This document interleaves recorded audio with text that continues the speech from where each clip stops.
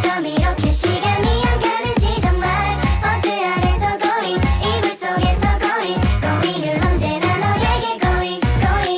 Assalamualaikum warahmatullahi wabarakatuh. Waalaikumsalam warahmatullahi wabarakatuh. Terima kasih sebelumnya untuk rekan-rekan sekalian karena telah menyempatkan waktunya untuk datang ke sini dengan acara penyuluhan anti korupsi dari kakak. Dan perkenalkan dulu sebelumnya kakak Tia Aprilia, kakak dari Poltekkes Kemenkes Bengkulu jurusan Kebidanan tingkat 2. Nah, dengan tujuannya melakukan penyuluhan ini untuk memenuhi tugas mata kuliah BPAP. Dan langsung saja mungkin untuk pemaparan materi dari kakak dengan tema pendidikan anti korupsi. Nah, adapun pokok bahasannya yaitu ada pengertian korupsi, lalu jenis-jenis korupsi, faktor yang menyebabkan terjadi korupsi, dampak korupsi dan solusi pemberantasan korupsi. Nah, di sini ada pengertian korupsi. Korupsi berasal dari kata korup yang berarti penyimpangan dari ideal. Korupsi dapat mencakup berbagai kegiatan termasuk penyuapan dan penggelapan. Korupsi politik terjadi ketika perusahaan atau karyawan pemerintah bertindak dalam kapasitas resmi untuk kepentingan pribadi. Nah, di sini lalu ada jenis-jenis korupsi. Yang pertama itu ada jenis korupsi kecil yang terjadi sebagai perjanjian antara sejumlah kecil orang. Lalu ada korupsi besar, korupsi yang mempengaruhi pemerintah dalam skala besar. Lalu ada korupsi sistemik, korupsi yang begitu umum sehingga menjadi bagian dari struktur masyarakat sehari-hari. Lalu ada faktor yang menyebabkan terjadinya korupsi. Yang pertama itu ada faktor internal, faktor yang berasal dari dalam diri manusia sendiri. Yang pertama itu ada tamak, tidak kuat menghadapi godaan, ekspektasi hidup tinggi, tidak mau atau malas bekerja keras. Lalu ada ingin cepat kaya. Nah, lalu ada faktor eksternal, faktor luar yang mendorong terjadinya tindak korupsi. Yang pertama itu ada aspek ekonomi, kurangnya pendapatan, kebijakan pemerintah mengenai ekonomi yang membuat situasi keuangan tidak stabil. Lalu ada aspek hukum, yang pertama itu ada kurangnya ketegasan penegak hukum, uang bisa menciptakan kekebalan hukum.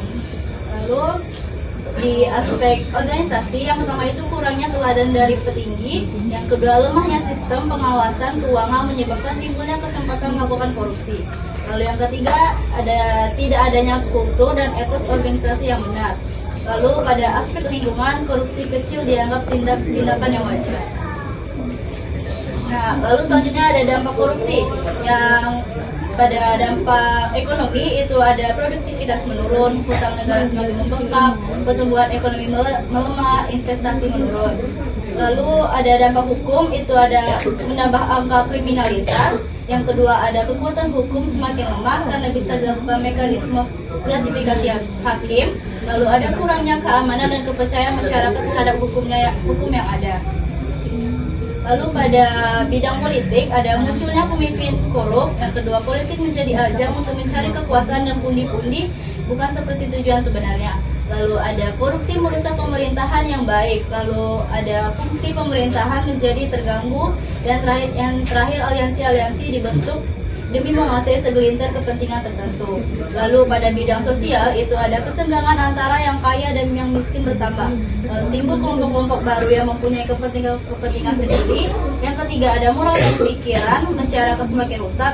Lalu yang terakhir ada lama-kelamaan etika masyarakat menjadi semakin rusak.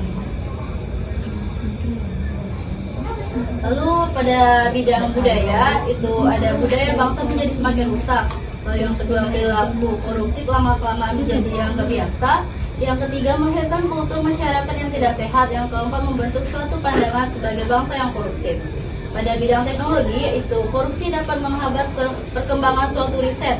Lalu yang kedua banyak ditemukan penyalahgunaan teknologi. Ketiga, muncul ilmu pengetahuan baru sebagai sarana anti korupsi. Yang keempat, perkembangan teknologi alat anti korupsi yang bisa dipakai di pemerintahan. Nah, lalu ada solusi pemberantasan korupsi. Yang pertama itu peningkatan kesejahteraan aparat penegak hukum. Yang kedua, penghukuman yang efektif dan berefek jerak. Lalu ada insentif bagi aparat lembaga yang berhasil menangkap koruptor. Yang keempat, insentif dan perlindungan hakim bagi yang memberikan informasi adanya korupsi. Lalu yang kelima itu ada sita massal terhadap aset koruptor. Yang keenam, memaksimalkan peran serta publik. Yang ketujuh, perbaikan dan transparansi dalam penerimaan PNS. Lalu kedelapan, pengoptimal pembuktian terbalik dan perlindungan saksi. Dan yang terakhir itu ada menjalin kerjasama dengan dunia internasional. Nah, itu saja pemaparan materi dari kakak. Nah, apakah dari rekan-rekan ada yang ingin ditanyakan?